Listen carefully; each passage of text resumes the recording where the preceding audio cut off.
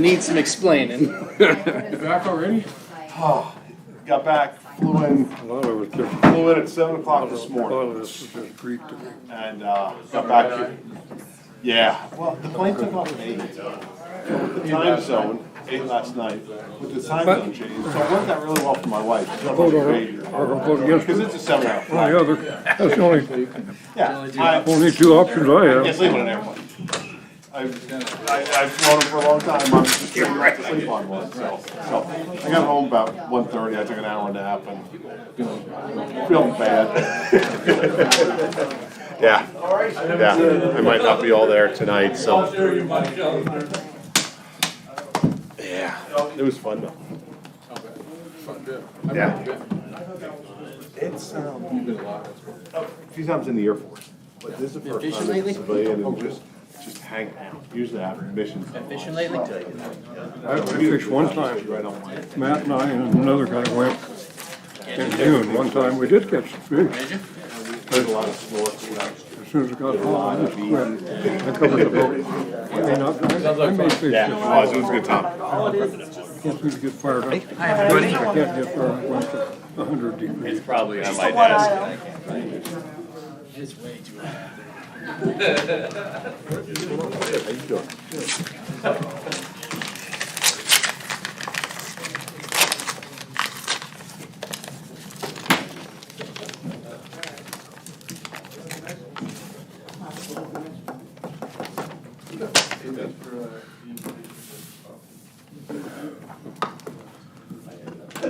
No, I heard about it, but Reed hasn't put it in his calendar yet, so we're just making sure it gets on to the calendar. Hey Dennis, is it on your calendar? Oh, yeah.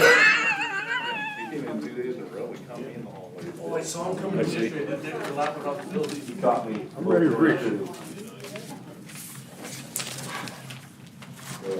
I'm up with the Well, Ryan, you don't know. Yeah. Oh. 30 seconds. Yeah.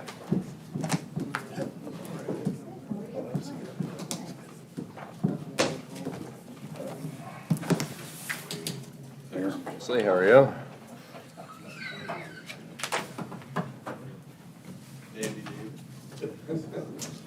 You like that?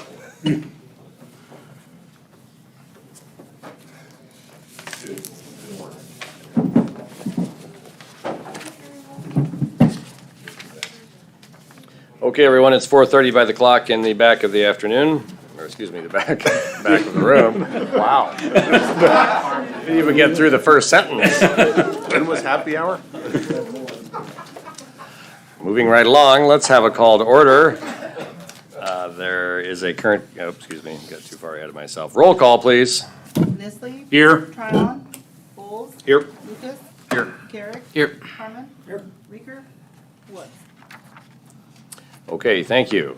There is a current copy of the Open Meetings Act of Nebraska posted on the wall at the back of the council chambers. There will be no formal vote or action taken during this meeting. Again, there will be no formal vote or action taken during this meeting tonight. This is purely a budget work session. Welcome, everyone. We will have discussion on the 21-22 City of North Platte budget. At some point in the future, we will adjourn. Okay, I'm going to turn it over to Matt and Don. You two will run the show here, unless somebody gets out of hand. Thank you all for being here. I was going to search for a joke to tell at the beginning of this meeting, but Brandon clearly took care of that for me. That worked out well. Mr. Woods, how are you tonight? Hey, excuse me. That's all right. Jumping into the book, we'll go through. I'd like as many of the department heads that are available here tonight. I know the last section we ran a little bit short on, or the timing was a little bit tight, and so some of the individuals didn't have an opportunity to talk about what was in their budget. They will have an opportunity tonight, hopefully, or this afternoon. Starting on page 2, I just try to put together a quick letter to the councilman explaining administration's thought process behind how the budget was developed for the year. Moving ahead to page 3, we have the promotional budgets, and I believe everybody but LCCDC would be available tonight. So if we could allow them 5 minutes to speak about the funding that the city is providing their organizations, that would be appreciated. Do I do that right now? Yes, Mr. Okay. Fudge? Mr. Fudge, you're our first on the list, please. Where would you like us, just here at the podium or? Yes, please. All right. Well, some of you know me, some of you don't, maybe, I don't know. David Fudge, Executive Director, CEO out of Nebraska Land Days. I wanted to talk just for a moment about what it is we do. I think most of you know that we are in charge of putting on the festival every year in June. Unlike 2020, we managed to get our festival in 2021. And for your $11,250 contribution to the festival, we return to you $28,500 with the city sales tax on 1.9 million in receipts. So it's a great partnership.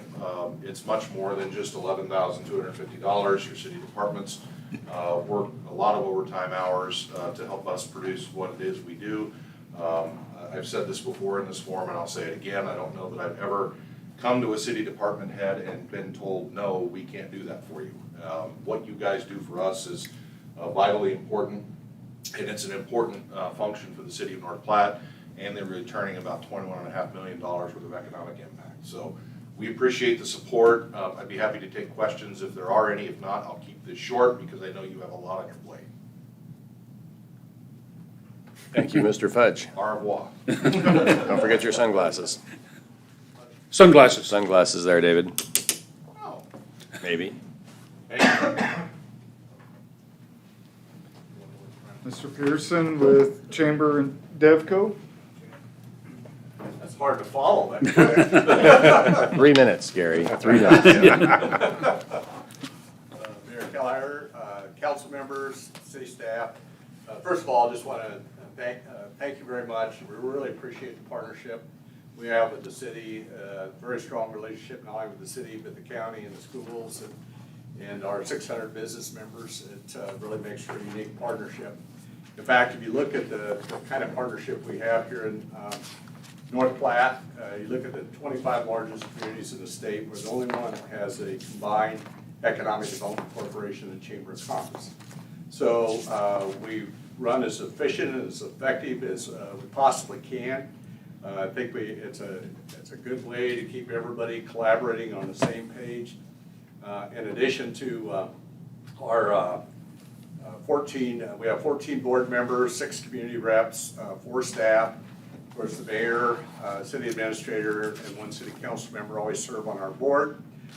We have committees in economic development, finance, agriculture, rail park, shot in the arm, ambassadors, hostesses, and young professionals. So we're a very, very busy organization. In addition to all the projects you hear about when we come before the city council that are mostly economic development related, we also have numerous chamber activities. Sponsor about 20 business after hours during the year, 25 ribbon cuttings and groundbreakings. And we send out a weekly newsletter e-blast, keeping everybody up to date on everything. If you're not getting that, please let us know because it is very, very, very, very informative, and Cassie does a really good job. As you know, 2020 we had its challenges. We all survived, and we came out roaring, and made 2021 pretty productive. Evidenced by the governor choosing North Platte as its Nebraska Community of the Year for Economic Development. We also, at the beginning of the year, we were certified as an economic development community for another 5 years by the state of Nebraska. And we renewed the Quality Growth Fund with a 75% vote right in the middle of the pandemic. That says a lot about North Platte and its commitment to economic development and the citizens as well. But it all comes back to this central clearinghouse, and it's the city that we depend on to make all those really critical decisions to get us to the starting gate and then eventually to the finish line. We've got a great downtown revitalization going on. We've got our phase 3 of our Shot in the Arm program at 211 successful housing units already constructed through the first 2 phases. We're anticipating between approximately another 70 through this latest fund. Just finished off 2 of the largest multifamily market rate projects in the past 50 years. We got the mall redevelopment underway. K&M Tire Distribution Company has broken ground and has started, the footings are going in and the structure's coming up. Proteria Ventures has built their 9 warehouses and finishing those off. As you're very aware, the Sustainable Beef Project has the potential to have $1 billion economic impact annually. Made great progress on our industrial rail park. Thank you for all your commitment to make that happen. Big Ideas competition just picked up a $29,000 sponsorship from Eagle Communication and Schmidt Foundation. That's very, very significant. That's going to launch us into a lot more entrepreneurial type of projects in the community. We have about 10 RFPs for different business and industries out right now looking at us. Brian Sloan, the State Chamber, we've hosted a number of state organizations here recently. Everybody wanting to come in and understand what's making North Platte catching statewide attention right now. But Brian Sloan, our State Chamber President, last week met with our board and our Economic Development Committee, and he said, in all honesty, he says, outside Omaha and Lincoln, he hears the chatter among the business community statewide more about North Platte, than any of those other communities out there. So got a lot on our plate. We're about to embark on one of the most successful development years North Platte, I think, has seen in generations. And we have a 5-year plan of action, and this is a living document that we make sure that we go back and revisit on a weekly, monthly basis and make sure we're making progress in all of those areas. 29 strategic goals. And that's not just to put on paper or to collect dust, that's to make things happen. And we're not going to be satisfied unless all 29 of them get accomplished in that time. So, that in a nutshell, Mayor, and I know I violated the 3 minutes. You were pretty close. Okay. Okay, thank you. Yep. Miss Mona Anderson with Keep North Platte, Lincoln County Beautiful. Just so everyone knows, Mona's a much better pickleball player than I am. I think he ended up winning the final tournament. I was left back in the dust back there in almost last place. That just means that Dwight was actually a much better Yeah, pickleball player than I am. exactly. That's what it is.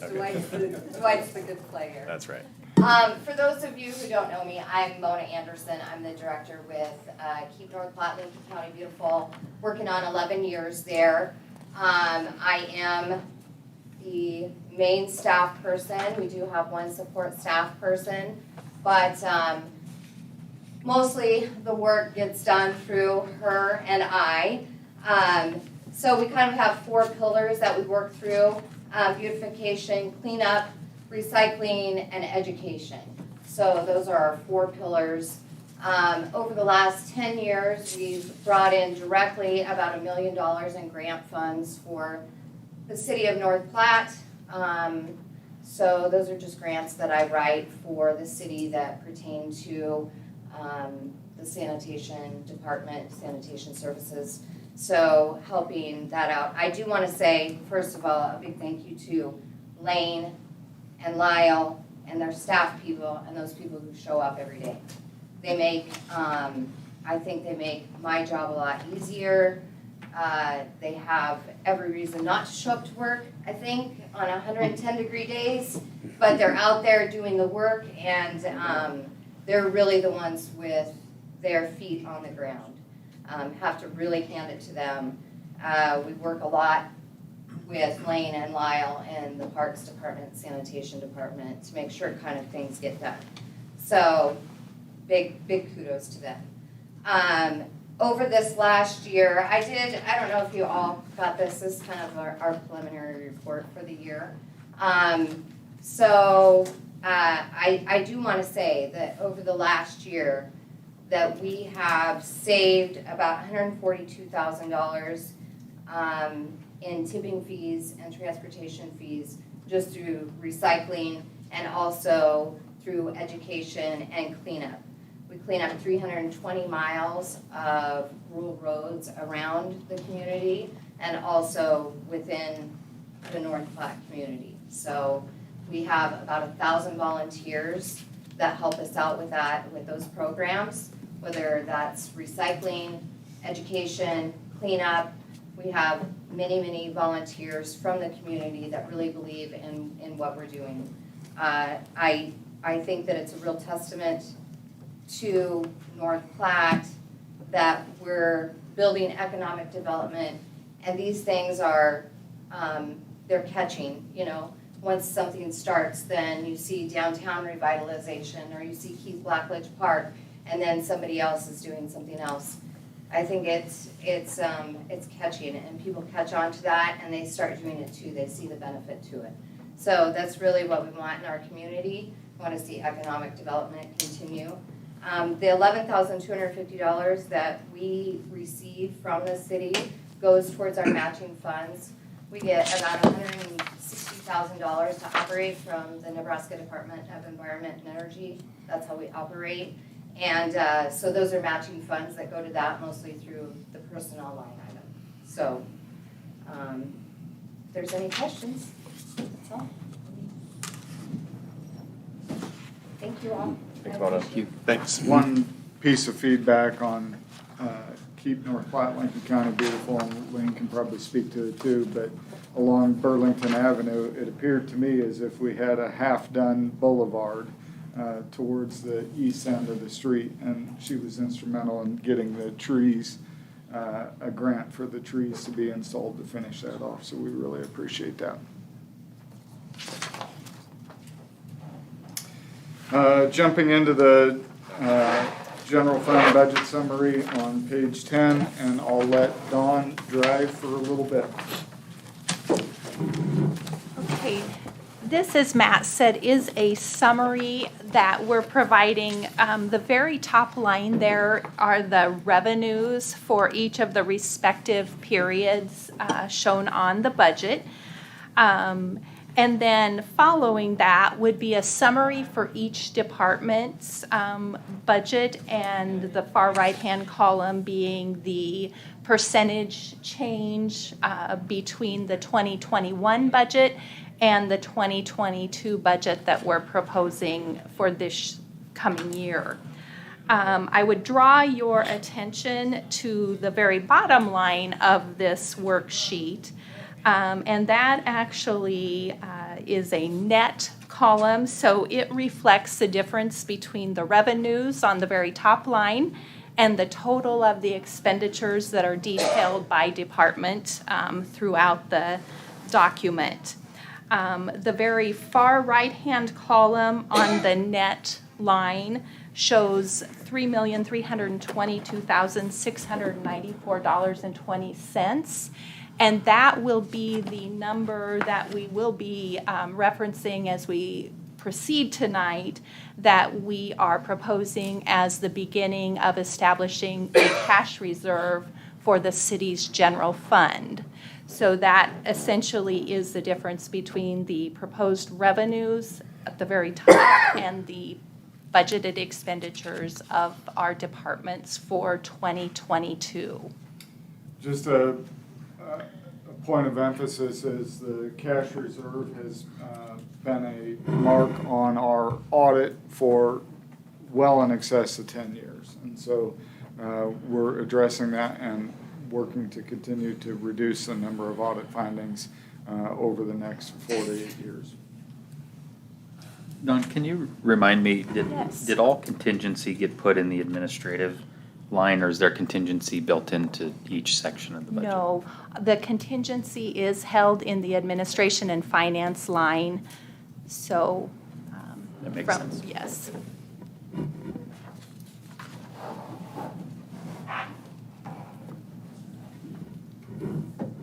Go ahead. Okay, so page 11 is really just a high-level summary of what we just referred to on the previous page.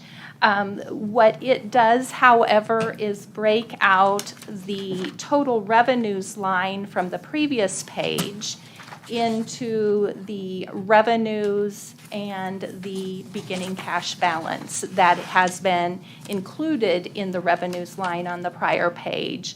And it reflects then the $32.59 million in expenditures, resulting in, again, the $3.32 million budgeted cash reserve for the general fund.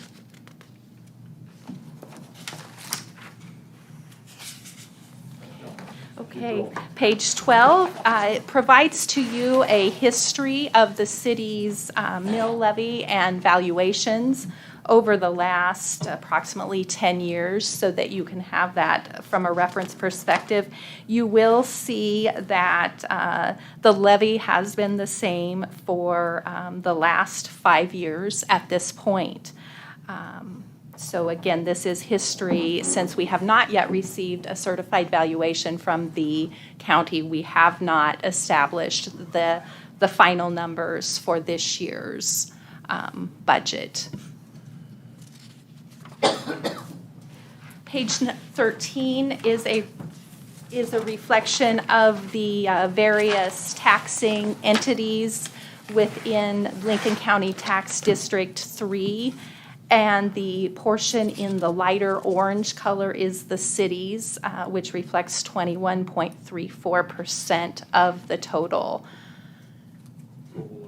The total of the mill levy, the property tax collection of the entities in Lincoln County Tax District number 3, to include the cities, or the city, the schools, the county, Mid-Plains College, and the other entities listed on the graph. Page 14 is a graphical representation of the general fund budgeted revenue, which shows that we do budget approximately 22.6% of the revenue to come from sales tax, followed by approximately 12.5% to come from property tax. And then the other categories of revenues are also reflected for your reference.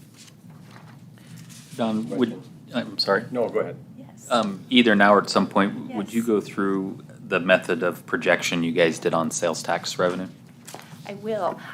Yes, the method that we used was a reference point back to fiscal 2019's actual expenditures, which was, I believe, $8.12 million.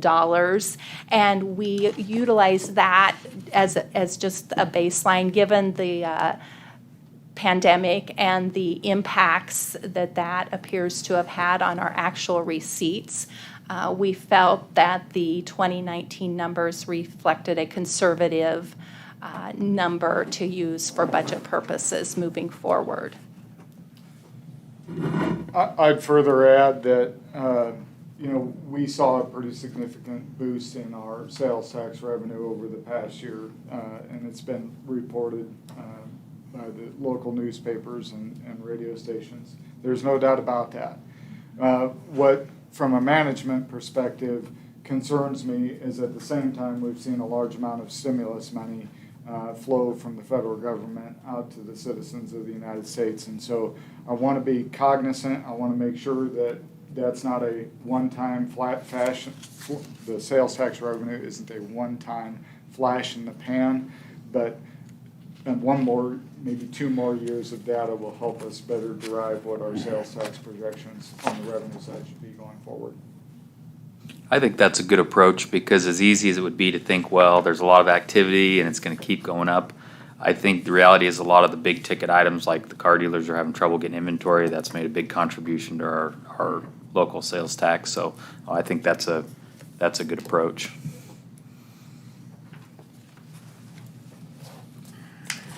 Page 15 would be just more of a numerical presentation of the items contained in the graph on the previous page.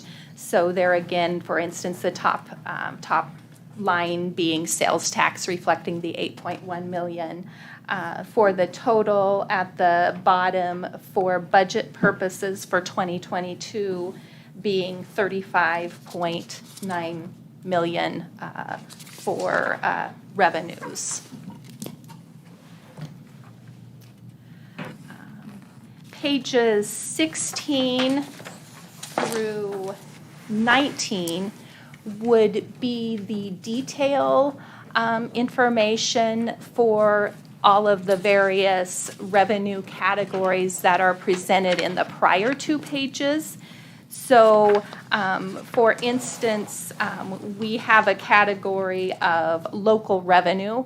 If you reference page 16, that identifies the individual revenue accounts that are included in that piece of the pie chart.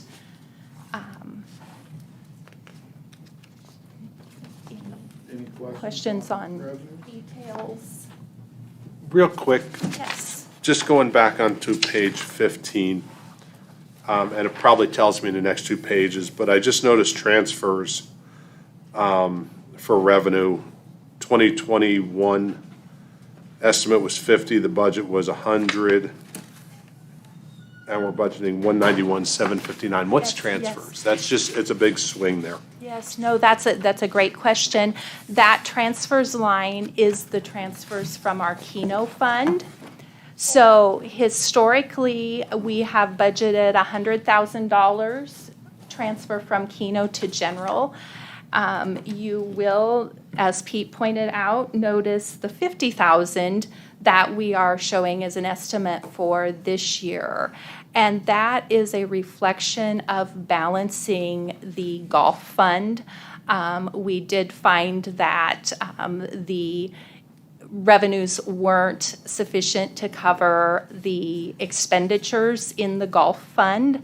And the prior year, our fiscal year 2020, actually resulted in a net loss in the golf fund. So in order to attempt to zero it out through the budget process, we did reduce the transfer from Keno to general by $50,000 in order to zero out and increase the transfer contained in the golf fund for balancing purposes. Okay.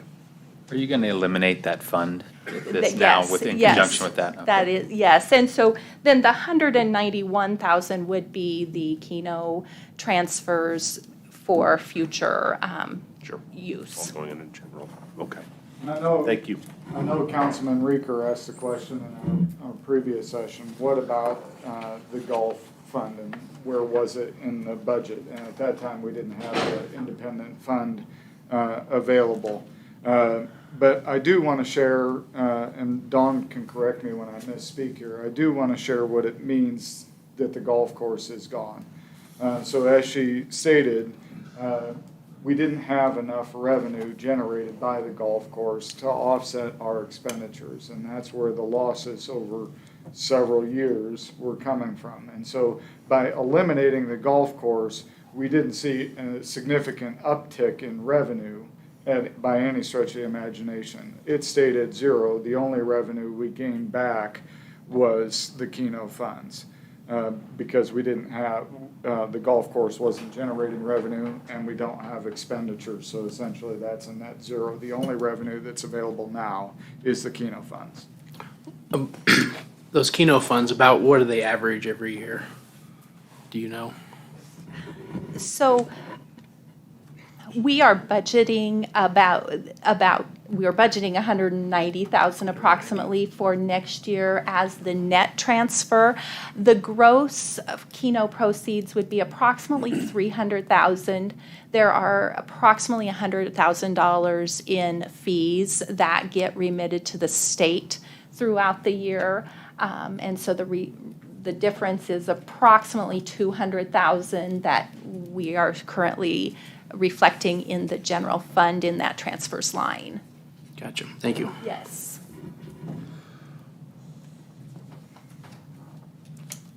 Any other revenue questions? Great questions. Okay. We'll jump into expenditures. Okay. So page 20 would be the pie chart for general fund budgeted expenditures. And this chart is reflected by department, so we can see the city's 3 largest departments being public service, fire, and police. between the three make up approximately 75% of the city's total general fund budgeted expenditures. Page 21 then is the numerical representation of the information contained in the graph.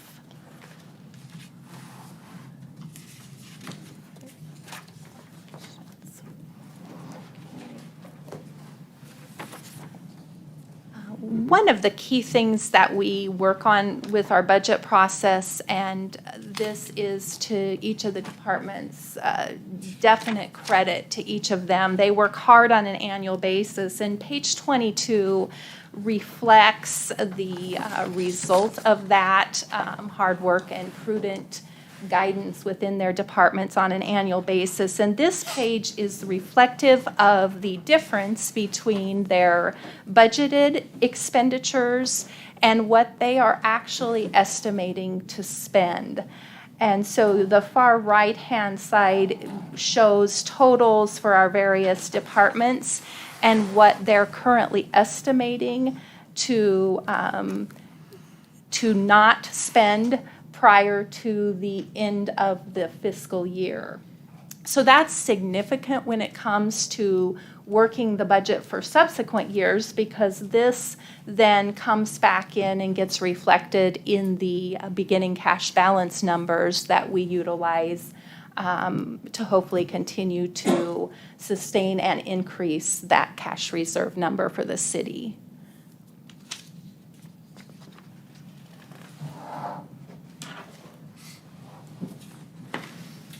Jumping into administration and finance, I'll speak to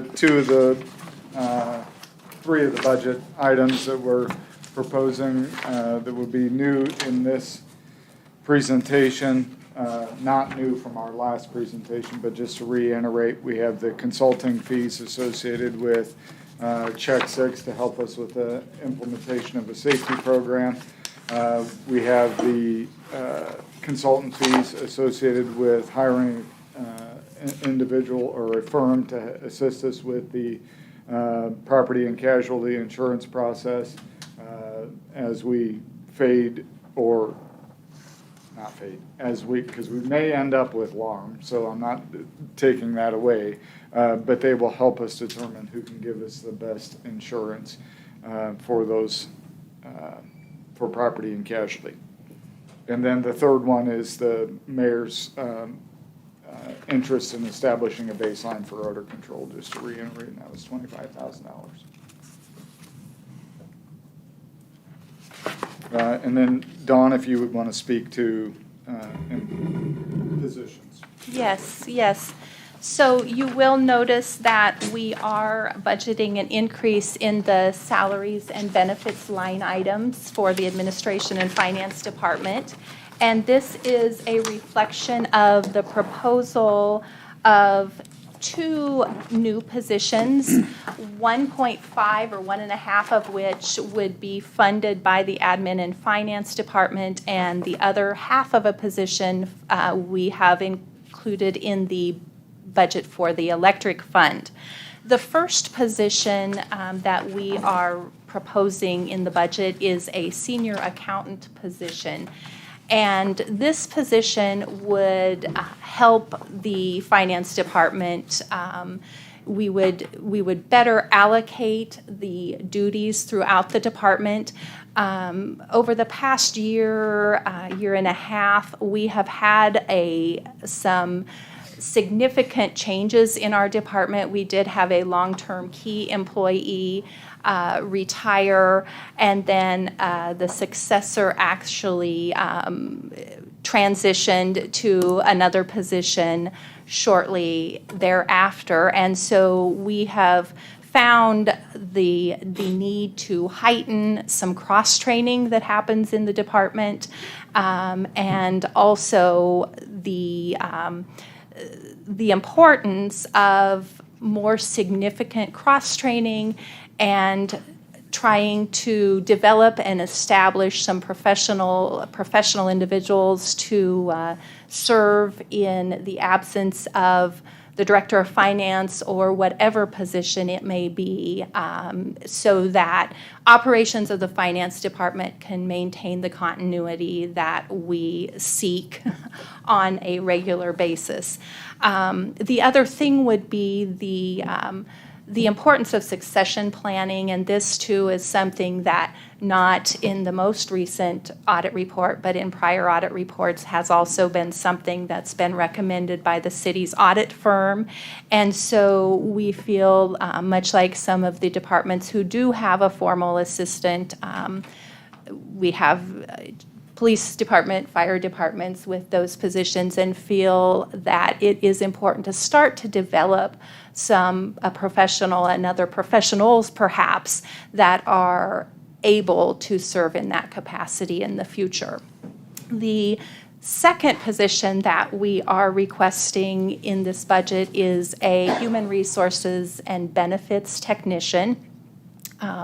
With the recent hiring and employment of Jillian in our human resources director position, it has become apparent that there is a great deal of specifically benefits detail work that we need assistance with in that area. We feel and we've found that Jill will be spending a significant amount of time developing and implementing, monitoring administrative policies and procedures throughout the city. And so we are seeking this position in order to take care of the benefits details that's currently completed by our payroll and personnel technician. We plan to transition that individual into more of a record-keeping payroll account, recording, balancing role. The other item would be for the human resources and benefits technician to serve as the backup to the city's current payroll and personnel technician. Our previous payroll personnel technician was promoted to an assistant accountant role, and so we would like to get her more focused in the accounting duties that she was actually hired to complete for the city. So the human resources benefits technician position would fill the void of the backup to our payroll personnel technician for processing the biweekly and the monthly payrolls for the city. I'll just add one comment on the senior accountant position. The way, the environment that we currently live in, Dawn carries a lot of the water. So she is in the weeds of essentially everything that occurs. And what we're finding is we have employees who need training and development. And the fact is, Dawn can't even provide that training and development to those employees. And so we need that intermediary that can come in with the right level of expertise out of the gate, so to pull some of Dawn's workload away, allowing her the opportunity to train and develop those employees who are newer with the organization.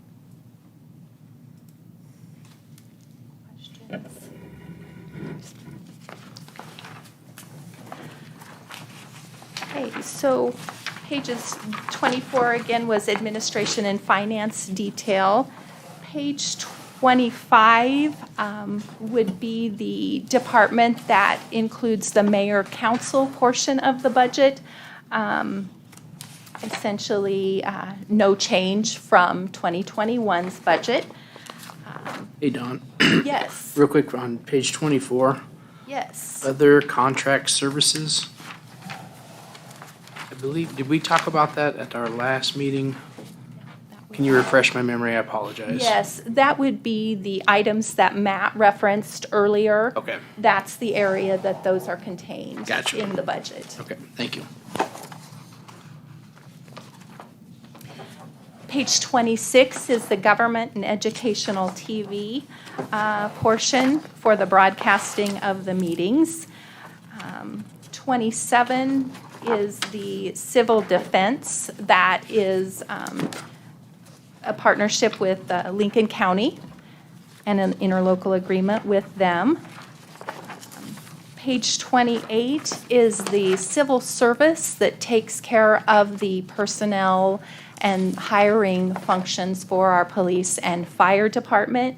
You will see that we did increase this budget from a percentage. It appears to be fairly substantial, but from a dollars perspective, approximately $7,000 increase year over year, and the reason there being the additional need for some additional advertising and the costs of that being higher than we have possibly anticipated in prior years. The frequency by which we have to. Yes. Have to advertise is what's driving up the cost of advertising. Page 29 is music, and that would be the budget for the municipal band.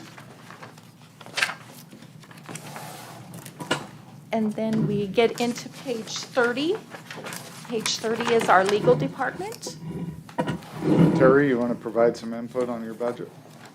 I'd be happy to. I don't have prepared remarks. I did prepare a document that I showed to you. Given the nature of the legal services, there have been a lot of sensitive issues that have come up. The legal work has mushroomed in the last year, exploded. I'd prefer to discuss, if anybody has any questions or wants specifics, I think it'd be in the city's interest to do it in closed session. Yeah, I think that's probably the best way to handle that if anyone has questions, just because we could filter off into an area that would be and fall under contracts or employment or something like that, so. I agree. I just wanted a high-level overview of what your department does. This will be no different than every other department head Sure. standing up and speaking about what they do. Well, I can't emphasize enough that it's not me who provides all the services. The one person kind of needs to be the face of the firm and needs to know what's going on, so I try to be that person. But we have 6 full-time attorneys. We have half dozen very qualified staff members. We have other attorneys with whom we work on a contract basis. I really don't like to blow my own horn, but since about the same time a couple years after Jim Carmen became a law enforcement officer, I did the same thing for a little while. 7 months in a small town, but it's a huge advantage to have been out in the streets, make those decisions, and be able to tell the law enforcement officers with whom I try to be available, to whom I try to be available, anytime, nights and weekends, that I have been there, I have done that. I know what it's like to be out on the street and make a split-second decision and have somebody second-guess you in a civil rights case 2 months later. Then after that, the bulk of my practice since being a law clerk in Lancaster County, and reporting to somebody whose job was to report to the Lancaster County Commissioners. That was my first direct report. He's now the Chief Justice of the Supreme Court. So it's been a huge advantage. I think the ad from Allstate is, we know a thing or two because we've seen a thing or two. Between us, Todd McQuan and I, as the senior folks in the firm, have over 75 years of primarily defending. That's been a big part of our practice, to defend municipal corporations, counties, public employees from, if I did a geographical line, it would stretch up to Niobrara, Nebraska, along the top end to every city of any size on Highway 20, Valentine, Gordon, Rushville, Chadron, west of Scottsbluff, including the city of Scottsbluff, throughout the Panhandle, the city of Ogallala, down in the corner of the state to Winkelman, Trenton, Stratton, McCook quite a bit. I'll leave no details there, but Broken Bow. And from east of Kearney, including the city of Kearney, I've defended the city of Kearney and political subdivisions east of there. And essentially I've done a lot for the city of North Platte through its insurer for the last 30-plus years. If they needed outside counsel, we typically became that outside counsel. So I enjoy the work very much, appreciate the opportunity. I wish the budget was lower, but it's hard to compete in this day and age and retain decent attorneys. I don't think you want the cheapest attorney in the room when you go into a negotiation or when you go into a courtroom. So we're not that, but we do try to provide top quality services, and we try to make the city our #1 priority, always being responsive. So that's the overview, without getting into the That's perfect, thank you. nuts and bolts.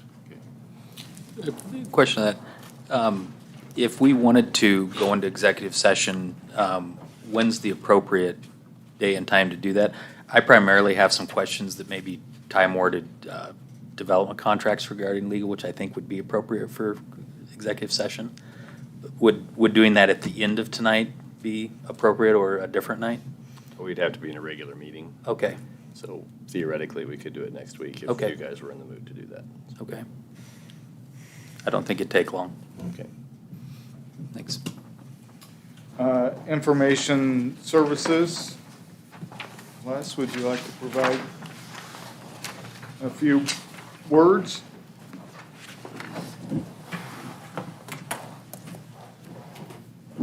So, I've got a considerable increase in my budget this year. Granted, the percentage of my budget is pretty small compared to, some of the big budgets in the city. But, big thing is Windows Server 2019, Windows Server 2012, which is what we run on today, dies in 2022. That's the end of support for Microsoft. I've got to upgrade that software next year, this budget year. In order to do that, I've got to replace 2 pieces of computer hardware. And that's in the hardware line item in my budget. So I've got a big server upgrade software, big server upgrade hardware. Normally I spread those out over several years. Last year, myself included, and everybody else in here did kind of try to tighten our belt loop. So I didn't upgrade a piece of hardware last year. So now I've got to do 2 of them this year to put the new server software on it this year. Those 2 things, and then the telephones. Our telephones they've been end of life for quite some time, and we no longer can get parts from the manufacturer for them. We have to kind of find them used. Bruce, BTS, he helps us out and kind of scrounges parts for us. We're looking at replacing the phone system. Part of that is in my computer hardware budget. Some of the support equipment for that phone system. And that's the gist of where my increases in my budget are. Questions? So you have 4 network specialist ones. Yes, sir. Is your role considered a network specialist? Pardon me? I was gonna say, you're not on the net. No, well, I'm the director of IT. Did we forget to pay you? I mean, I hope that we didn't do that. Me and one other position in my office, there's actually technically room in my office for 6 people. I have 2 people assigned, 2 technicians assigned to the city. One level 2 position and myself come out of the municipal light and water budget. We split some of the IT. We do IT for the municipal light and water and the city, so we kind of split that. So 2 positions come out of there. One of the positions, my level 1 position, comes out of the city budget. I do have 2 other positions, but Lincoln County pays for those. And Lincoln County's adding a 3rd position. They want to add a 3rd position for Lincoln County IT support. And so my budget went up in our personnel and the healthcare for my personnel, but it's going to come back to us from the county. Perfect, thank you. Real quick question. How do you feel about our posture and defense against things like ransom attacks and all those things? I mean, It can always be better. Yeah. It can always, there's no way to possibly, stay ahead of these people. You can ask the mayor himself. He knows more about it than I do. I guess maybe a question is, do you feel like we have adequate resources in that area? I'm going to intervene on that one. As a city, we could spend millions of dollars in that area, and we still might not be 100. We'll never be 100% protected. So, what Les and Matt and I have been working on is kind of a 2 or 3 year plan as to how we get ourselves to a better spot. We're not in a bad spot today, but we can be better. But it's going to take some funds, so we want to be careful how we spend those funds And I don't want to put words in your mouth, Les, so if you want to add something, go And I've ahead. got 25 years of Yeah. cybersecurity experience playing with big money, Air Force money. We had all kinds of toys. We have done the most we can do with what we've got to work with, let's put it that way. And we've done pretty good so far.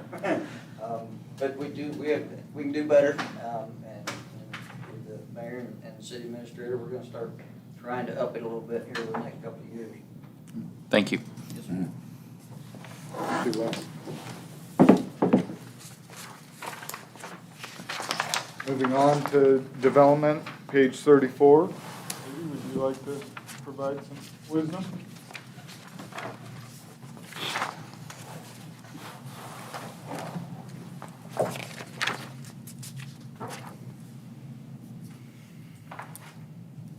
My budget normally doesn't change much from year to year. The majority of the funding in that budget is staff benefits, almost all of it. Very little is actually any expenditure that we have. So I'm sure you guys all know what we do: planning, zoning, development, building code compliance, property maintenance, weed control,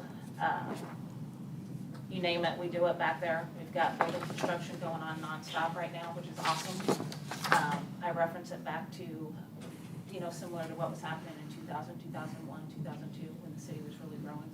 So we're stretched out. We are busy constantly, which is a good thing. But I guess if you have any questions, I do want to say that we do planning and zoning also for Lincoln County, and we do have a little bit of a reimbursement that comes back for a portion of my time and the staff secretary's time. So if you have any questions, I'm more than happy to ask. Thank you, Jude. Thank you. Thanks, Judy. Brent Berkland, Engineering.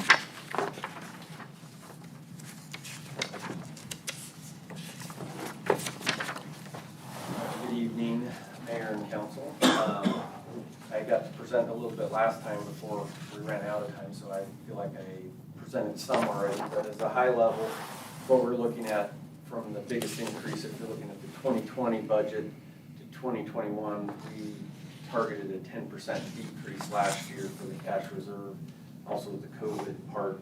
So if you're looking more from the 2020 to the 2022, the biggest change and the increase is we proposed some additional consulting fees to get a traffic engineering firm with some of the major projects that we're looking at. The other portion is, I think the last time we did a traffic study in town was 2012 with the comp plan. So we're about 9 years since we did more of a comprehensive traffic evaluation. And so we're trying to time it with some of the projects projecting forward. And none of the projects are guaranteed at this point. They're not breaking ground other than the mall. So that's what we're looking at with the bigger part. But as far as what engineering overall, broad, big picture, we do the water districts, sewer districts, paving districts. We do a lot of the consulting internally for the city with municipal light and water, street department, and then also interface with a lot of different projects within the community. The downtown project, there's been a lot of interface with the different pieces trying to get that brought to fruition. So that's kind of the big picture of what we bring to the city portion. On the revenue side, it doesn't show up in our budget, but on the district side, there's a portion for the engineering fees that come back as a revenue part on the districts. So that comes on the revenue side. So if you have any questions at this point or even in the future as well, I can address any of those. Thanks, Brent. One thing I might point out is on Brent's budget, it's probably the first place you've seen it, is there's a lot of minus 100%. And in an effort to continue to refine the budget and its appearance, we combined accounts that had anything less than $500 into other accounts. So the line items that you see there with lines weren't, hey, I need you to remove that. That was purely a result of consolidation within his budget. Police Department, Mr. Hudson, Mr. Reeves, Chief Reeves, Deputy Chief, no, Chief Hudson, Deputy Chief Reeves, would you want to? Chief Hudson and Smart Guy. We talked a little bit, good evening, Mr. Mayor, Council, Mr. Kevin. We talked a little bit last time on high-level stuff. Our budget is pretty slim again this year. I think we did a pretty good job of trying to really stay within our expectations. You'll see some of our stuff, with all of our technology, we have some significant service contracts, so you see some pretty big numbers, especially as we went to a new Motorola CAD system, which we're really into training now and should be rolling out to the end of the month. We brought one employee back that we had laid off last year to animal control. That was we've been filling our animal control department. We're either staffing on the weekends through officers, but we have to bring people in on an overtime basis almost every weekend to clean and feed animals because we can't just shut the shelter down on Friday and open Monday. So we were actually able to bring one of those employees back this year. We have significant capital items this year, and it's basically cars. Well, let me back up to, there's an increase in our training thing because of LB 51, the state mandated additional training hours for every police officer. So we went from about 22 to 28 this year, to 32, 35 next year. So that's all mandated by the state, bless you, man. That's all mandated by the state. So the training is up. We moved a lot of things around in different budget. Uniform cleaning stuff went from uniforms to more into the salary range. So you'll see some significant change there. What we found as we looked at this year's budget too, there were some different things that just had not been updated as far as what we paid for them. CPR cards, I think we had budgeted the last several years $4.50, and they're $25 a piece now. So as we really started looking at what our actual costs were, you'll see some significant increases in those things. Capital items, we're replacing two sedans, 2 Tauruses, and 1 Tahoe that's got 200,000 miles on it. This will take us to an entire Ford Explorer fleet. So we'll have consistency with the fleet. It helps lane shop as far as now they're not ordering tires for a Taurus or a Tahoe or a generator alternate. Everything's the same. And we spend the money now to make sure that that fleet is the same. And what we also did is we have budgeted through some donation funds this year. We had we budgeted or trying to get a narcotics canine, and that will be paid through a donation, but we have to be able to support the canine. That pays for the dog itself and some other stuff, care and upkeep of the dog. But with that comes a specialized vehicle again, because it's not just a Crown or a Ford Explorer with a backseat cage and stuff. It's got to have a lot of different equipment to keep the animal cool. They call them hot dogs or whatever. So if it gets to a certain temperature in the car, the doors automatically open so the dog can get out of the vehicle. So that vehicle, we're paying about $35,000-ish for a regular Ford Explorer. I think that one's about $67,000. It's because of the specialized equipment. One of the other thing was because it's an add-on, we had to add light bars, different push bars. We're able to take a lot of that equipment when we transfer from one car to another, but this is an add-on, so we had to not be able to repurpose equipment. Everything is brand new for that vehicle. So those are our big ones. Intoxilizer was a big one. We're hoping through the year to be able to get grant funding for that. We'll keep looking for that, but I think the intoxilizer for breathalyzer, I've heard it's in its 30s. It's been around a long time, so it's just time to do that. And as Terry will tell you, those type of cases, it's always the equipment that they go after, the certification, when it's been, how old it is, how does it work the way it's supposed to, and that's the first thing the defense attorneys, so breathalyzer, it's 32 years old, how do we know it's accurate? So it's those things that we're trying to replace and just update. Any questions? I just want to add, while Chief Hudson is standing up there, this year in the budget process, we asked that the directors go through and identify what's actually underneath many of these lines that are summarized here. And I was just checking today to see what one of them was, and Don brought out an excellent example, which was the police force, and it happened to be the other contracts line, and it was all just detailed there, vendor amount, vendor amount, vendor amount, which is not something we'd kill a tree to put it in this book, but it's the detail we have now and the detail that I've always wanted to see. So thank you guys for doing that. Absolutely. And what we did with all those, and some of those are really big numbers, we put those all under, I think what we did is we had those spread out throughout the entire budget. We had some in police services, some in this, and what we've done now is we've put them all in order of transparency. So, I mean, people can see what we're spending. We're never hiding anything, but it's just a matter of making it more easily accessible for you and our public.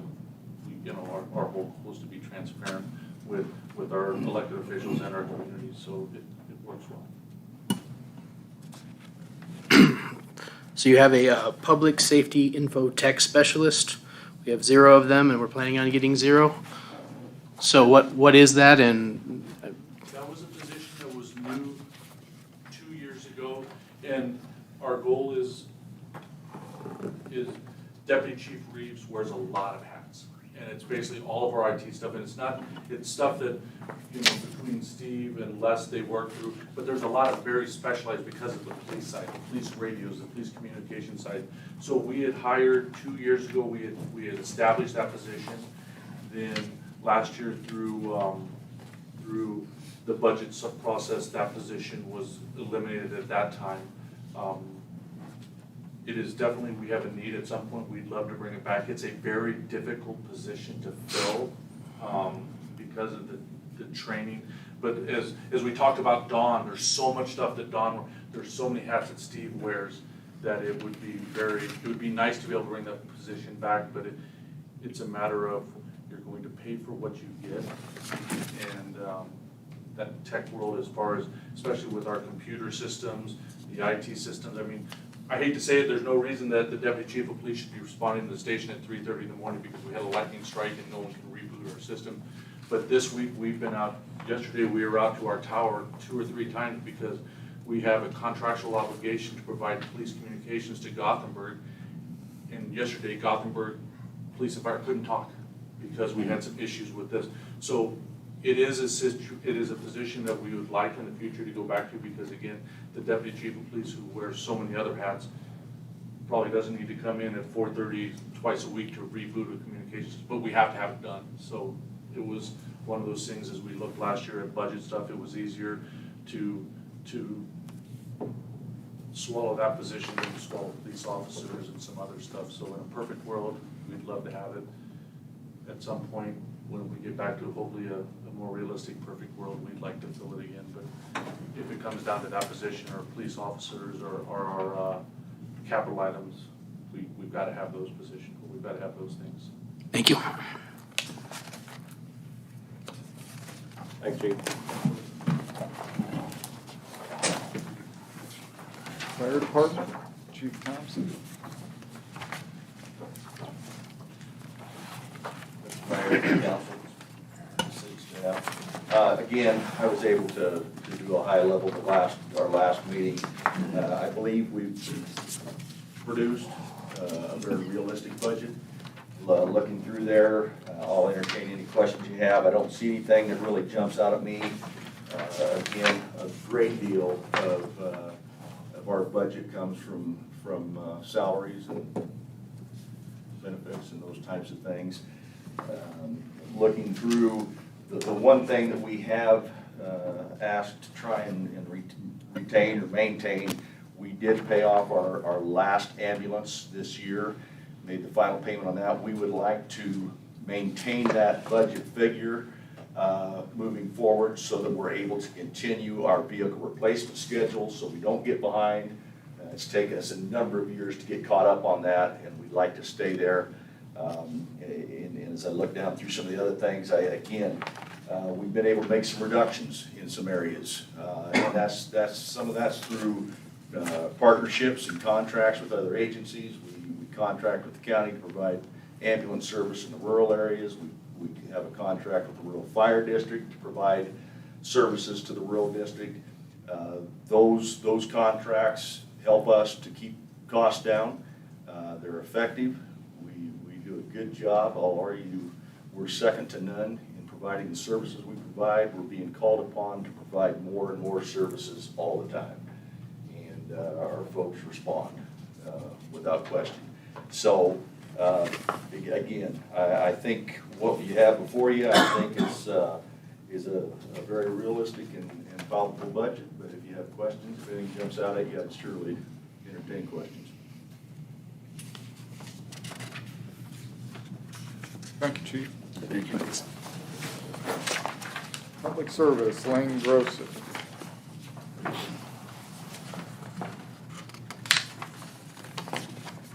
Good evening, Mayor and Council. I'd like to do kind of a real high view, and then we can go on to different departments, because public service encompasses park, cemetery, street, sanitation, and the city shop. Overall, that's a little over a $10 million budget with all those combined. I would like to point out, in the 17-18 budget, going back a few years, the deficit between what those departments brought in as total revenue and what their expenditures were in the budget year was almost $1.6 million. So there's about a deficit, got to be made up in other sources. Our goal is to get that where there is no deficit going forward in the future. It's going to take a few years to get to that point. This year's budget reflects about a $900,000 deficit, so we're shrinking that deficit down. Currently, and I'd like to say I can take credit for it, but I can't. There's a number of reasons. We're expecting to be 4 to 5% under budget this year, even with our cuts that we made last year. A lot of that's been personnel issues. We've not been able to fill some spots. We're not different than anyone else out there who's having a real hard time filling those spots. So we've had people working extra and stepping up to do that. But that's really the main reflection of why we're under budget. That and the first quarter of the budget year, our fuel prices, we were paying about $1.76 for unleaded, which was below what we budgeted. Unfortunately, the last 6-7 months, we're paying now close to $3.05 for unleaded, and we budgeted going forward more than that. But with that being said, and we've had some good revenues come in, this will probably be the first year, as far back as I can see, where our revenues for this year are going to exceed our expenditures in the tune of about $300,000. So even though we had a budgeted deficit, we're actually going to have revenues in excess of what our expenditures were in public service for this year, first time ever. So I'm happy to report that to the council. We'd like to get that where that's a norm. That's going to be a few years down the road when we get to that budgeting point, but that's what we're working towards as a department. Going into the different departments, would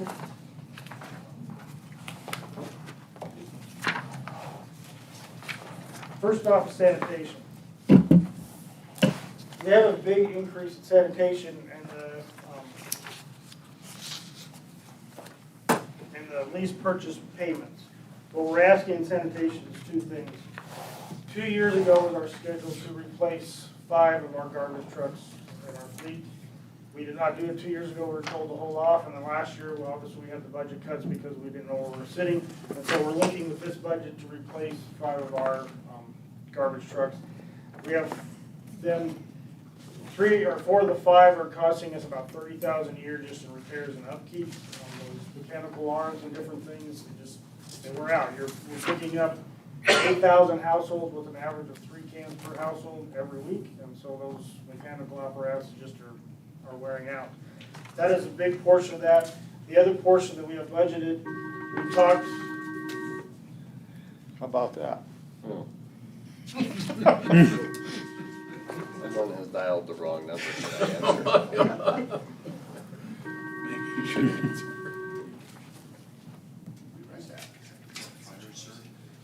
Co-host. Car warranty. They hung up.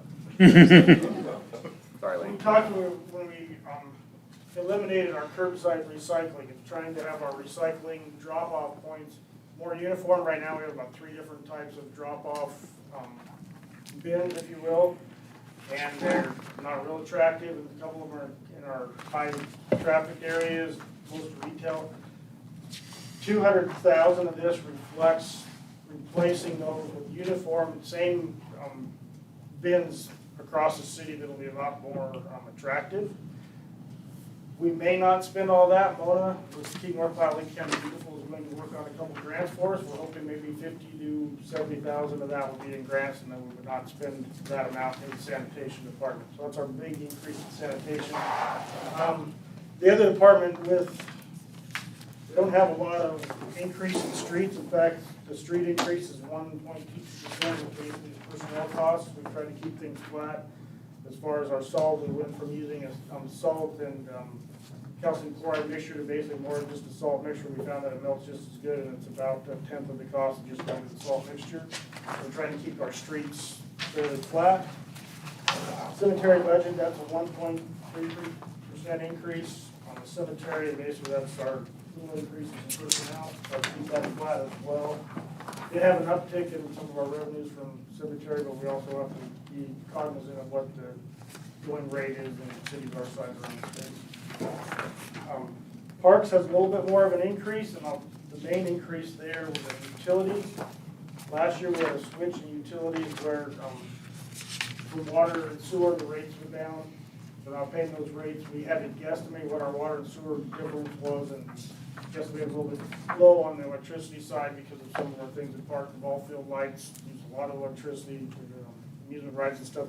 So we had to uptick our utilities a little bit more than we cut a little too much last year, and we had to just adjust that back. So that's a big part of our parks increase. Finally, the city shop. Because of some different practices, and also because we have Chief Hudson alluded to, we've done some things to upgrade our fleet, maybe modernize our fleet, and so our costs on our repairs have gone down.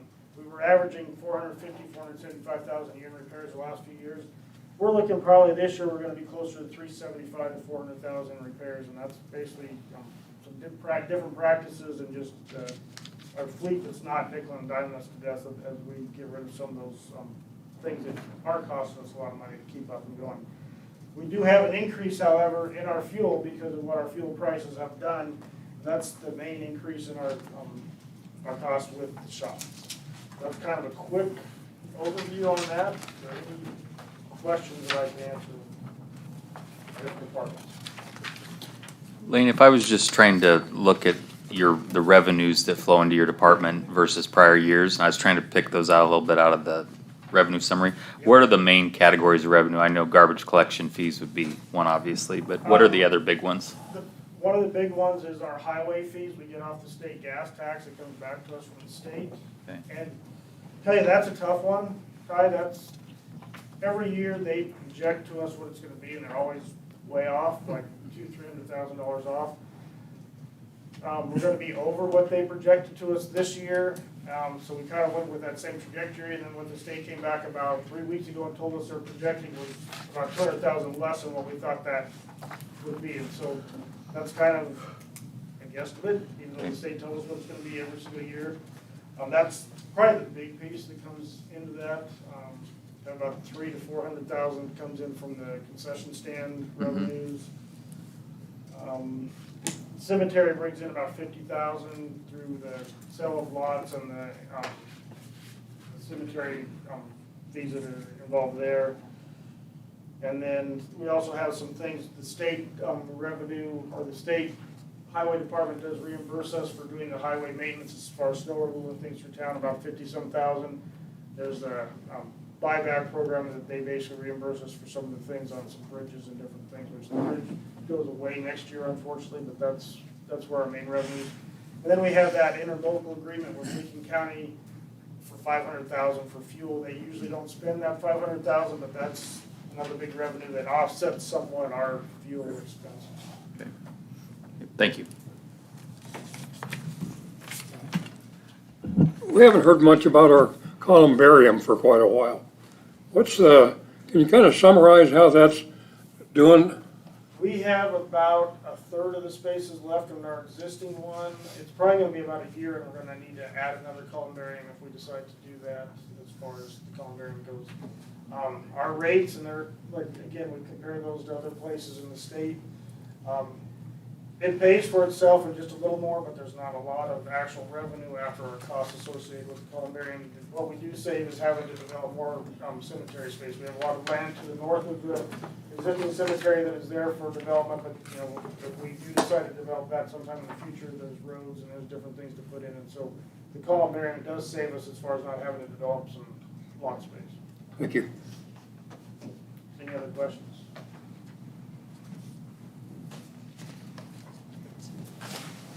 Thanks, Lane. 5 bar recreation.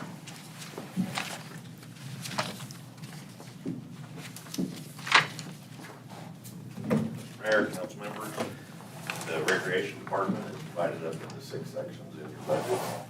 The rec complex is the center of fun for the community and for our department. The next ones are the senior services. The senior center is in that one, which we share responsibilities with the Nebraska Out of Kearney. They're the ones that do the Meals on Wheels and the meals that are served there at the senior center. The RSVP grant, we give the money we set aside to match the grant that operates the RSVP division. And then the other senior one is the money outside the grant that is a little more flexible is how we can use it for the RSVP program. Cody Pool has its own budget, and then the last one is the programs budget, and that covers programs in the facilities and also outside. Arts in the Park's a good example. We work with Lane to program and run the Carpenter Fields, and all those programs, whether they are swim lessons or youth programs or adult or senior programs, come out of that one. Any questions about any of those? I got a couple questions. I know the city participates in some of the expensive, I think, maintenance of some of the trails that are in city limits. How does the trails fit into, do they fall in the recreation budget, or what all does the city do in relation to trails? You want me to keep turning? A lot of the trails maintenance falls under parks and then also city streets as far as cleaning the snow in the wintertime is the parks department.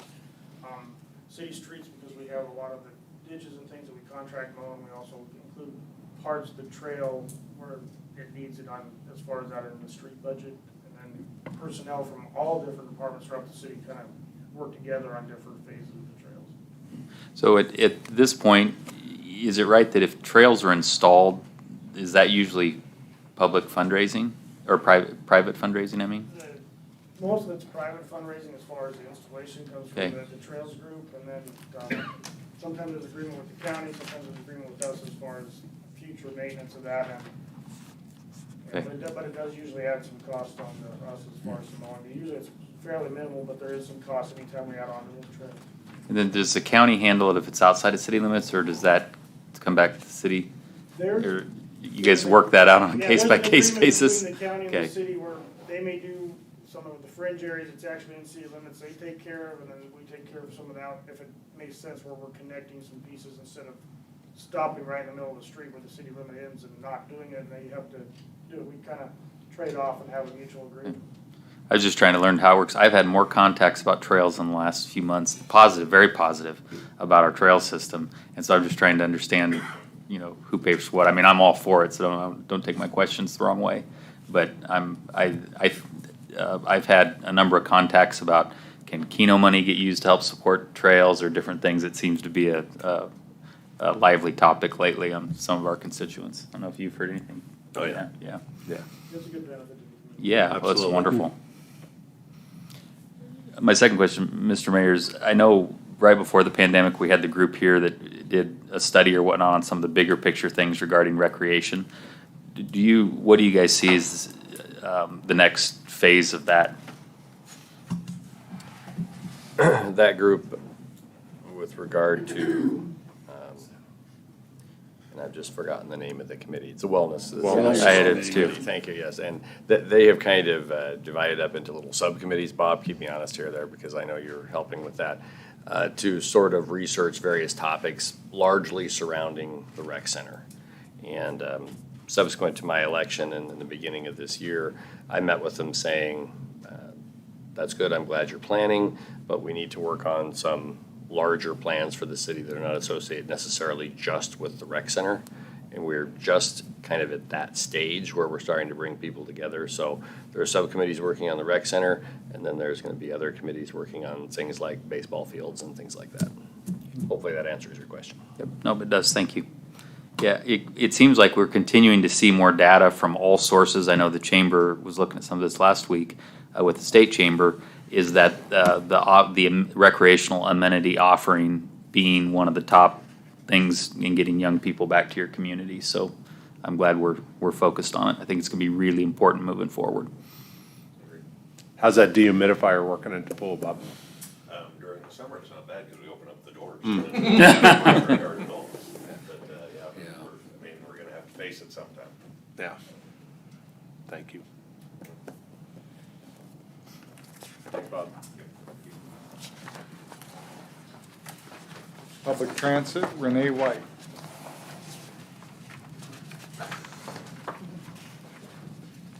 Mayor, happy birthday. Whose birthday? As you all know, I'm new to this.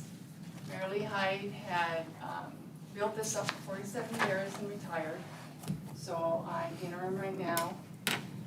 She's done a very good job at putting this all together. She has gotten 8 new buses from grants. So we have 8 new buses. We have 12 altogether in 1 van. We have a contract with the hospital that we do in the evenings. Plus our daily 6 a.m. to 8 at night with all the passengers. And we run about 5 to 6 buses through the day. They all do very well. And we've got Marilee did get a new software.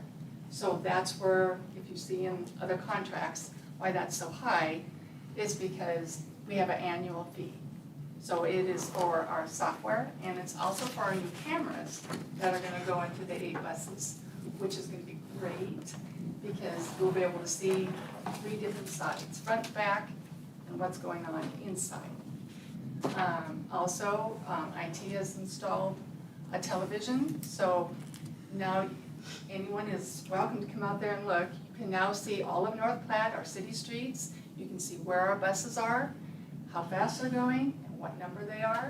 So if someone should call in and say, he said, she said, we now can go back and look at the video. It's awesome. So that's where most of our money goes. Weren't we were either contemplating or we approved going up to like Stapleton on a per rata fee? 20 miles. Okay. Right. Has there been some interest in that? Yes. Good. Yes. Not a whole lot, but we've been going Hershey, Okay. Sutherland once in a while, Maxwell's kind of popular. Okay. Good. Good. And the hospital contract works out well? So far, so good. Good. We're keeping in contact with them every month just to see how things are going. Good. Just a couple reminders for everybody that public transit is funded 90%, 80%, which is federal funding, and 10% Nebraska Department of Roads funding. So, and the other item, as we look at, and we talked about this while we were developing the budget, but didn't come up with a solution yet. The challenge with the transit budget is the expenditure side can look high, you know, when Renee mentions things like the cameras and the software, but those expenditures are reimbursed, and so it's offset through the revenue side. And our 2 of our salaries are reimbursed 100%. Thank you, Renee. Thanks. Matt, I've had a number of questions lately from constituents about why we don't have a more active Lyft and Uber service in our market. And I know that's not what we're here to talk about, but I'm just curious if we have any opinions about why that's the case. I've just started researching it a little bit, but I've had 3 or 4 people ask me just in the last couple months why our community lacks that for a community of our size, and I don't know what the apparent answer is to that. I really don't either. The only thing I can come up with is we're largely a driving community generally. I mean, people move and have vehicles here. The only other thought I would have is to earn a decent wage working for Uber or Lyft, you have to have a significant amount of ridership. And so I could see Uber, I wonder why Uber and Lyft don't exist, especially when we have big activities like Nebraska Land Days. I'm sure Renee would say that she would love to see Uber and Lyft here. Absolutely. Chief of Police probably would too. Probably too. Black and white taxi service. Yeah. Maybe we just don't have enough big events to draw those companies here. That's a really good question. We'll study. Yeah, well, I'll keep looking at it too. You think about the person who's looking for that ride from the airport, for example. Just where's that disconnect? You know, or is there a potential role public transit can play in that, or I just think it's something we should keep our eye on because I think it has been identified as a whole in our community. We have had a couple Uber and Lyft people Yeah. in town periodically for the last 3 years or so, and I talked to a couple of them at different times, and they identified essentially what Matt said is it's a fine thing to do if you're bored on Friday and Saturday night and earn a little money, but outside of that, there's enough market to make it worth their time. Yeah. I would guess it's smaller population and a higher percentage of people who actually own cars, so rural sense. problem. Library, Cecilia Lawrence.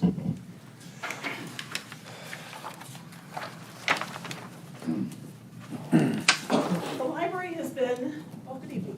The library has been in really a rebuilding mode since 2020. It really knocked the wind out of ourselves without being closed for that period of time. And it's been a rebuilding period for us. And we have spent that time reorganizing and really getting ready for the future. And if you think of libraries, you may think of course, people that check out books.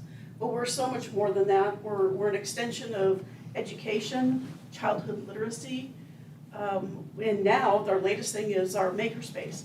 A lot of you went on the tour last fall, and you may remember that, and we are starting to see more and more people returning to the library. To that end, one of my goals has been, since we closed and then reopened with such limited hours, it was to really get our hours back in this year's budget. And so the proposed budget will have us open Monday through Thursday from 9 to 7:30, Friday 9 to 6, and Saturday 9 to 2. This is a great start towards getting back to where we were. We used to be open 66 hours a week. This gets us part of the way there. I think this is like 56 hours a week. So, budgetarily wise and staffing wise, we do show, it looks like we have one person up, but you'll notice under the director of library, there's 2 of us. If you remember, I came and we talked about appointing our director successor. That has happened, and Sky Siri is our new librarian. Will be the director of the library when I depart in February of next year. So actually, that number will reduce back down to 16 at that time. The other change that you see in there, we see an additional technology assistant and a decreasing librarian. We had an unexpected retirement of another long-term employee, and we are just working through it with the existing staff, and we'll be in the process of hiring a technology assistant. That will help also cover some of those evening and weekend hours. So that's kind of our goals coming up for this next year. One of the things we do have budgeted for is Mango software. Mango is a language learning software, has over 70 languages. So as our community becomes more diverse in anticipation with sustainable beef, we'll be there to provide a free, if you have a library card you can get on, you can learn Spanish, you can learn Somalian. And likewise, they can learn English. because it has 25 English as a second language courses offered. We'll be there to help guide people learn how to use that software. But you can do it in privacy of your office or your home. So it'll be a really interesting, new, forward-thinking planning piece for our community. Are there any questions about hours, staff, and libraries? Thank you, Cecilia. Thank you. Thanks for expanding.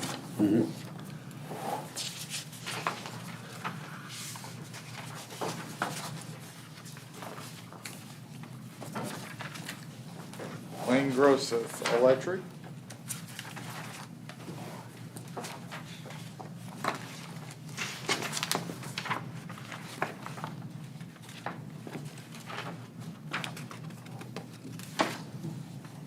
Regarding electric and then all of the municipal light and water departments, we basically try to keep our budget very flat this year. When we put all three of those departments together, we have less than a 1% increase total, and they have a combined budget of operating of about $35 million.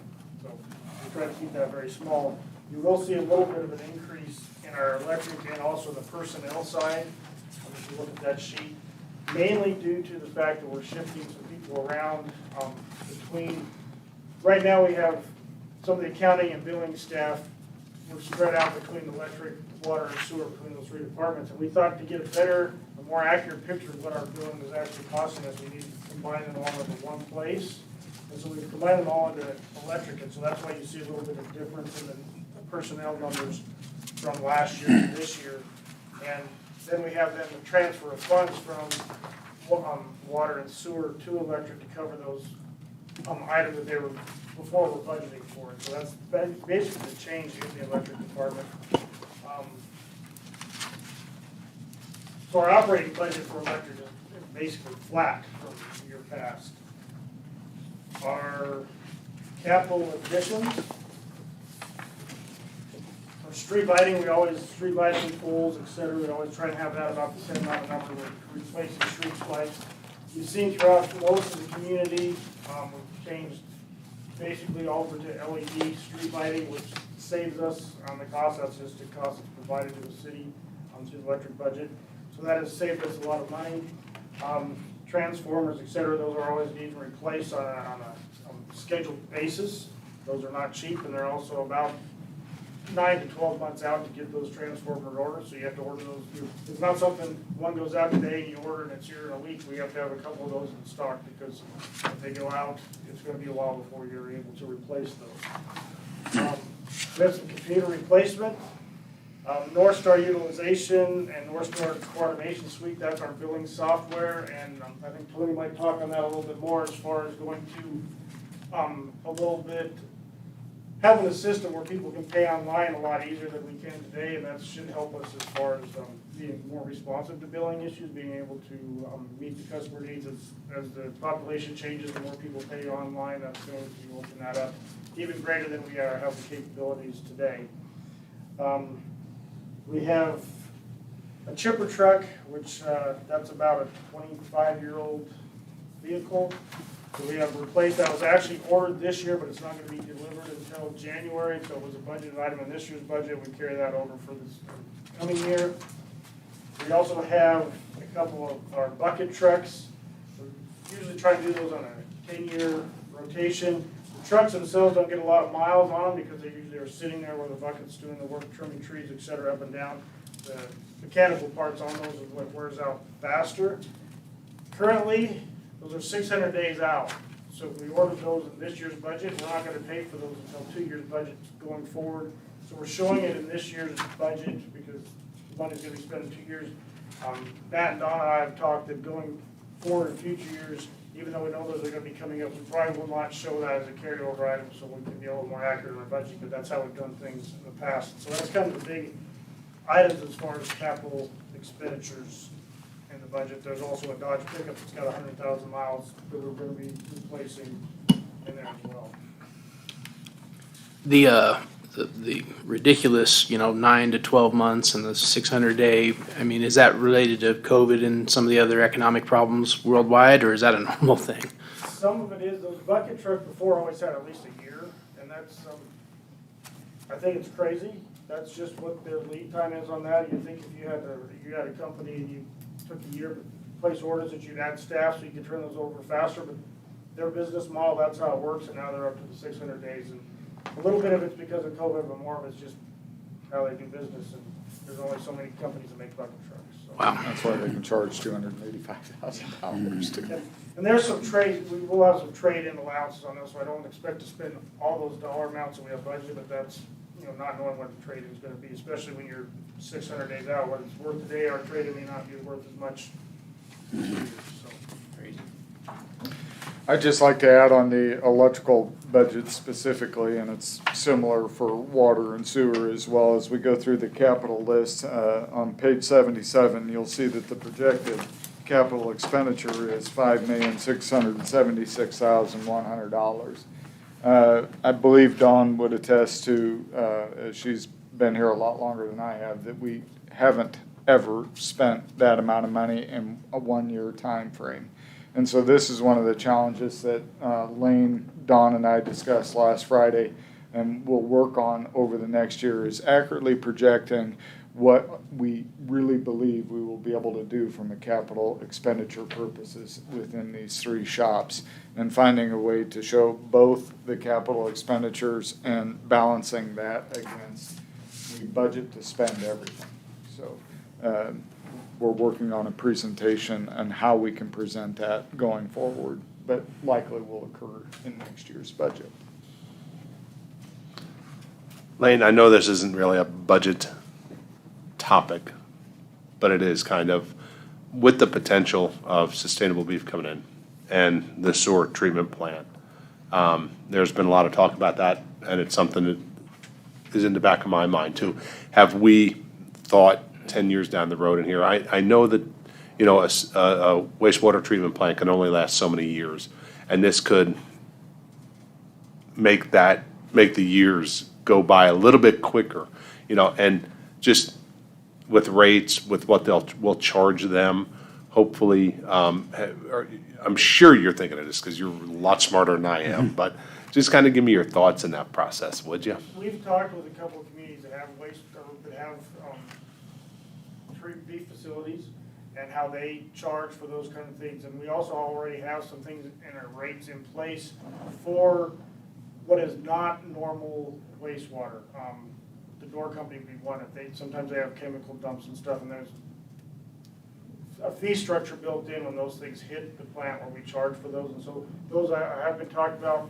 Brent and I and Doug Meyer have already talked about as far as the next 7 to 10 years what the plant needs are going to be. I mean, it was already slated in 5 to 7 years, a pretty good overhaul on the plant. And so can we do that overhaul and maybe make a few minor adjustments to handle increases? Or are we going to look at maybe an increase in the plant size, et cetera? So those are being taken into account, as well as rates and what increases in revenues might be from a larger facility or some of the other larger facilities that are looking at North Platte, so we can adjust our rates accordingly without it all being on the back of the rate payers. It's going to be something fair to those who are using the most of the facility, along with our water and electric.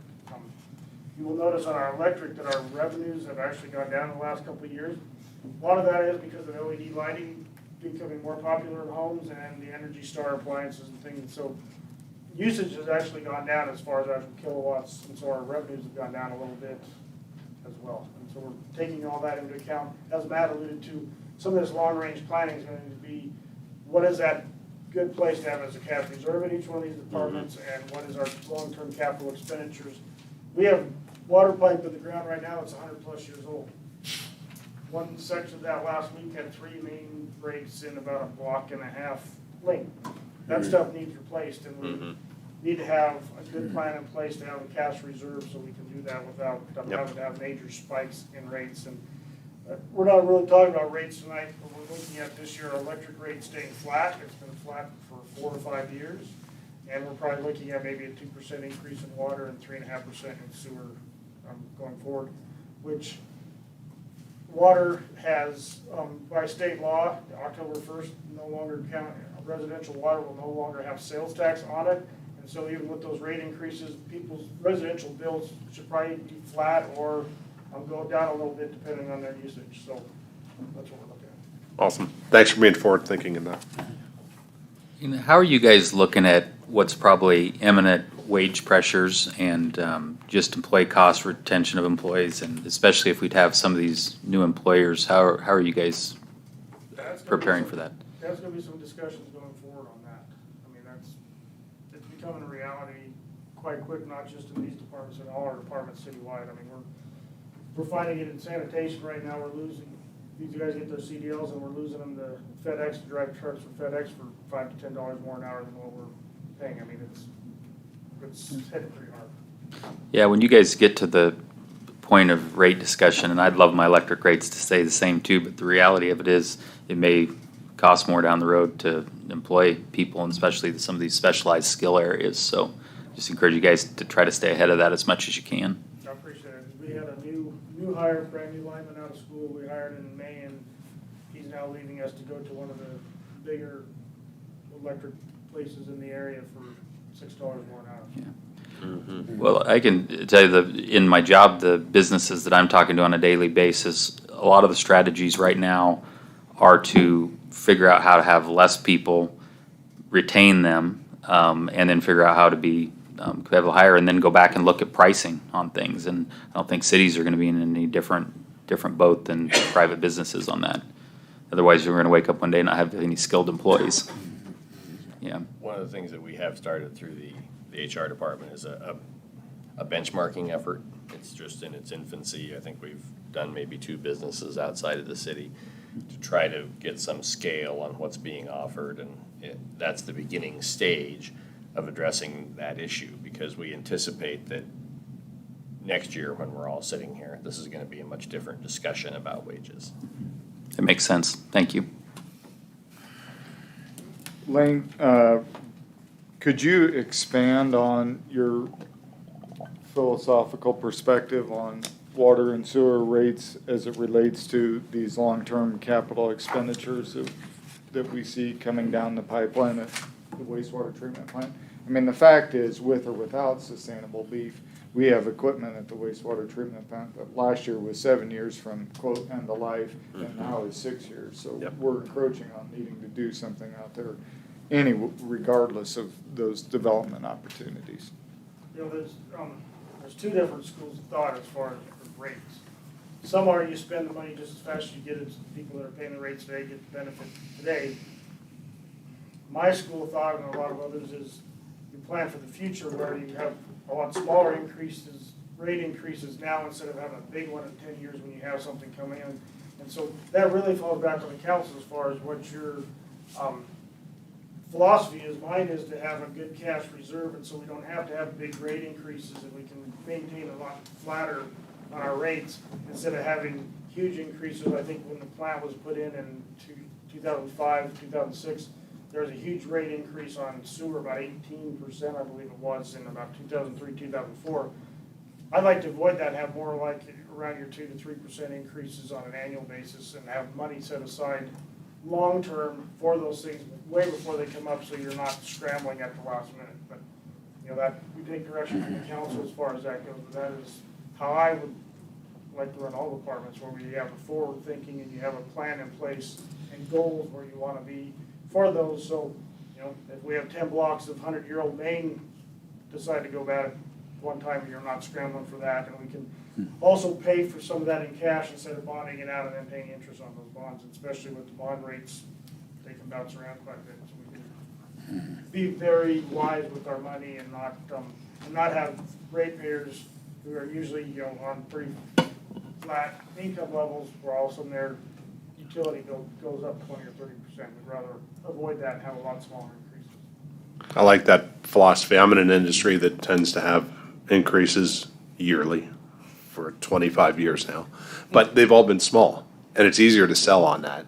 Then I see a lot of companies doing that 14%, and then those folks are coming over to me that year, you know? So, yeah, that's a great philosophy, and it's an appropriate way to do it. I would be in favor of that also, but I want to keep an eyeball on annual rates, statewide rates, to make sure we stay competitive, because we still want to recruit businesses and people to move here. But I like your forward thinking. Currently, on all our rates, water, sewer, and electric, we're in the bottom third, so we are keeping well below the 50% mark, you know, and we want to maintain our rates in the lower portion because of that economic development, being able to attract businesses and also residents to town. I mean, when your rates are lower, it makes it affordable, and that's our goal on both fronts. Absolutely. I'll just make one comment about your debt, your bond issuance, and we're fortunate to have the cities in a fantastic debt position at this point. Municipalities, I know we see in my business that municipalities tend to issue debt when they need it. And I think there are some strategies out there. Sometimes you'll see municipalities, like if interest rates, for example, are 2.5% or below, they begin to take a more aggressive stance at issuing debt. And if rates get above 5 or 4 or some number, they take a less aggressive stance. And so they start to analyze more debt issuance based on rates and getting, in other words, if I can issue debt today at 1% and not have to issue it 2 years from now at a higher percentage. And so I'd encourage you guys to continue to look at it, maybe consider some type of a, more aggressive rate range, mid-aggressive and less aggressive, and you can probably manage some of those future costs. Not that I want us to go out and get a bunch of bonds, because I love the city's position, but it is real money, in terms of costs down the road. Thank you, Lane. A couple of things I wanted to bring up before we close here. First is a reminder that the budget cuts last year were focused on two things. One is establishing the cash reserve, which I think we've achieved, largely because of a significant boost in that cash reserve was a result of the increased sales tax revenue that I would say from my seat didn't see coming down the pipe. The second thing is reducing our flows, resolving our cash flow issues that we had twice a year in years past. So just a reminder as to why the budget cut. It wasn't all about, the pandemic's here and we need to react to the pandemic. There was actually some thought behind why we went through that process. The second thing I have here is Brandon, Dawn, and I met this afternoon, and we talked about the budget reductions that occurred last year, and this is my hats off to our staff and what they do for the city and our constituents. Last year we cut, I think the final number was around 6%, if I remember correctly, of the budget. I'm very proud of the fact that this budget reflects a beginning cash balance that afforded us the latitude to include some of these capital expenditures that Lane and the chief of police brought up, and fire chief was able to carry forward the lease payments that he would have for another ambulance. And again, looking at that percentage or those dollars that we're carrying forward, I think that's very important. So just like to highlight and take my hats off to the individuals who are working here for all of you every day. Any other questions of us?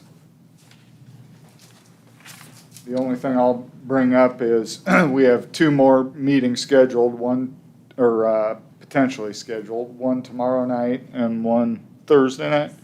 The question to you all is, do we need to reconvene for any particular items that you've seen or heard about tonight in a work session format? In case you're wondering about the rest of the budget process, if you look at about the third page in the book, you can see, it's actually page 1, but you can see the remainder of the scheduled events regarding the city's, our work around approving a budget. We're currently on August 10th, which is the second line. What Matt's speaking about is the 11th and 12th. We could have a similar event to what we had tonight. What we need to know is the council in the mood to attend one or more events, or we will have opportunities for further discussion and clarification, at least one more opportunity as the budget is presented. So, in my opinion, that we got a brief look at this a couple weeks ago, had a chance to digest it, analyze it. It really didn't change much coming here. It's great seeing everybody come here and really appreciate it and appreciate everything you did. And if I'm just going to give a 60,000 foot view again, kind of to piggyback on what Matt and Ty said. looking forward, we tightened our belts quite a bit last year and accomplished some great, great feats in there, you know, getting a reserve and that. And we have the city going in a really good place. Looking forward, it's probably gonna be, to an extent, maybe it's work hard with less, you know, but we do have to address to ascertain that we get the right employees at the right pay in order, and so we can retain these folks. And, you know, hopefully with the growth of North Platte, we have a little bit more flexibility and a little bit more latitude to just address that on many avenues between police, fire, you know, lanes guys, the whole city staff. You know, it's just something that we're gonna be faced with a reality with increasing wages around here that we'll have to come up with that as well. And hopefully all ships will rise with the tide, you know? So thank you guys very much. Appreciate everything you guys do. And my opinion, I don't see a need for another couple nights, but that's up to you guys. I don't care. I'll come. Yeah, could I just ask one question? You know, I just want to make sure we did this budget cutting, and I don't want it to be on the back of the employees' families. I mean, we've been able to meet cost of living increases and those things. I think we have that obligation. Matt, what do you say? Sure, Councilman Nisley, I should have started this meeting with that. So included in the budget is a 3.5% cost of living adjustment. I think we broke that into two tranches, the first being October 1st, right after the approval of the budget, and then the second tranche in June, if I remember correctly, and I think it was 2 and 1.5% respectively. Okay. Yeah, I agree that I'm happy to be here too, unless we don't need to be tomorrow, then I won't be. I just had maybe one question in regards to some of the pandemic money that we received. And I know that helped us significantly, in addition to you guys doing just a fantastic job of managing the city, all department heads and everybody last year, which I'm very thankful for. We have a major housing issue looming, and I know the chamber's working on that. And this might be easier if there's a proposal in front of us, but our city is not historically considered taking any kind of cash reserves or excess and tagging them for a certain use other than a golf course, lots of money. But as we go through this final process, something to think about, and maybe it's not something we budget, but something we consider, but I think affordable housing is a potential eligible use of some of the pandemic money. Am I right on that, Don? I don't remember what's the acronym for some of that money. Yes. Yeah.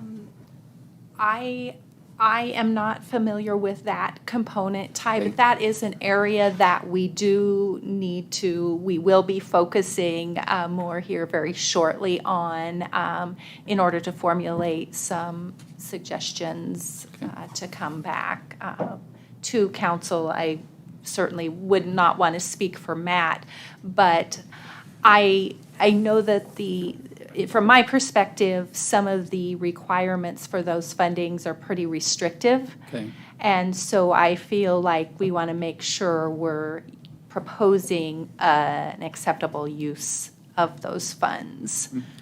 That sounds good. I just maybe ask so we keep our eye. I'm not asking to designate a certain part of the budget, but if we did have an opportunity to take pandemic relief money and get it into some affordable housing, even if it pushed our reserve endpoint down a little bit, I think it's something we could consider. Or we could, look at that maybe as a needs basis if there was a shot in the arm request or if the chamber had a request. But I just think it's something we need to stay conscientious of. Not that I think the city's trying to get in the housing business, but it's going to be an enormous issue in our community, in my opinion.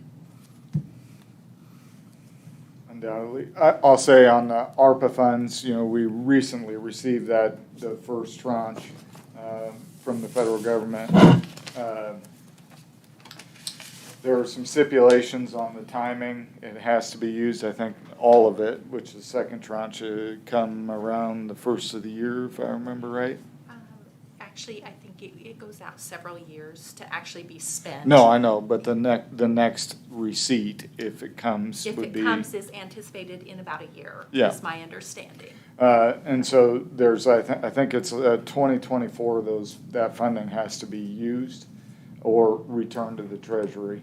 The second thing is the way the bill is written, and we will hire an audit firm who has expertise with federal legislation, because the verbiage that's in that requires some tie to COVID, the way it's currently written. And that kind of presents a challenge for us, whether you're using it for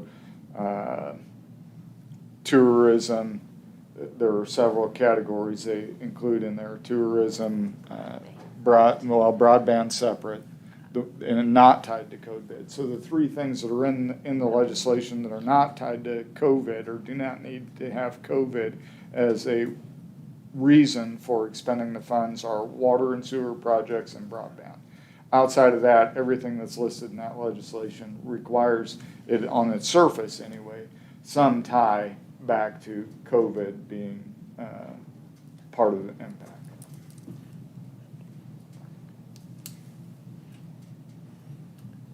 Okay, is there anyone here in the council that feels like we need to meet tomorrow or the next day? Not me. Okay, Have to do it for me. I think you have your direction there. All right, thank you all. Thank you, everyone. Thanks, We're guys. adjourned. Thank you.